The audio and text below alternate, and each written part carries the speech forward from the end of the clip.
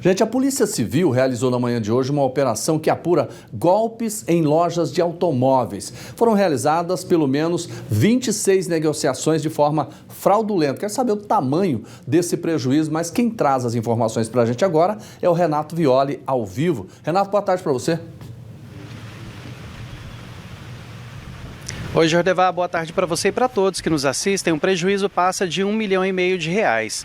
A polícia, por meio dessa operação, prendeu 5 pessoas, cumpriu mandados de busca e apreensão. E quem fala mais com a gente sobre esse assunto é o delegado Caio Menezes. Delegado, explica para a gente como é que vocês chegaram até esse grupo criminoso. Boa tarde a todos.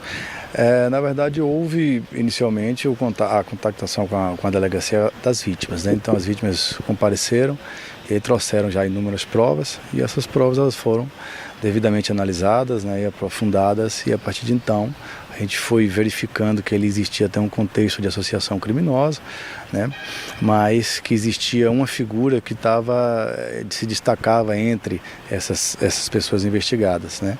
Então, com esse aprofundamento, a gente foi verificando que, de fato, existiam diversas negociações de compra e venda de veículos fraudulentas, né? Pois é, como é que esses crimes aconteciam? Essas negociações, elas eram realizadas como? Vamos lá, as formas eram diversas, né? Então, como todo crime de estelionato, como a gente sempre fala, né, a criatividade não tem limite.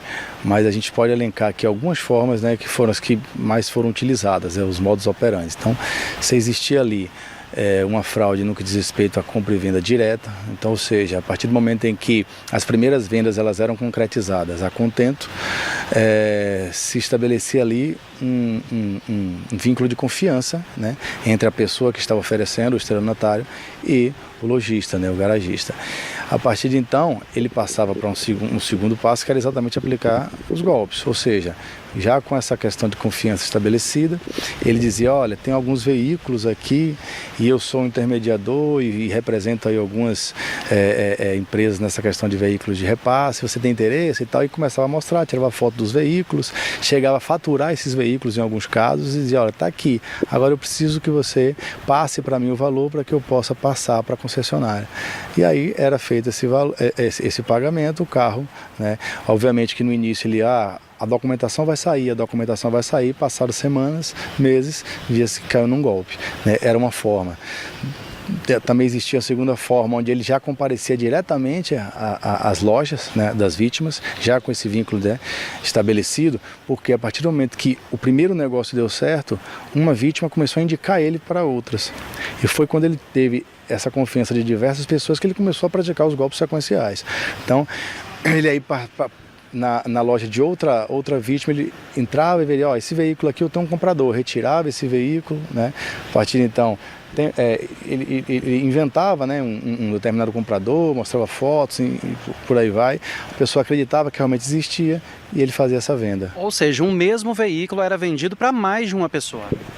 Isso também acontecia, né? Na verdade, essa questão de carros, de vendas de carros, quando quem não tem de fato a propriedade vende esse veículo, acaba que esse carro vai passando de mãos em mãos, né? Seja porque quem recebeu também não recebeu o documento, não quer ficar com aquele veículo, já repassa para outro. Então, às vezes, identificar onde é que esse carro está hoje fica muito difícil, porque esse carro vai sendo revendido várias vezes. Delegado, e quais são os próximos passos agora? 5 pessoas foram presas, 12 vítimas já foram identificadas. Como que segue?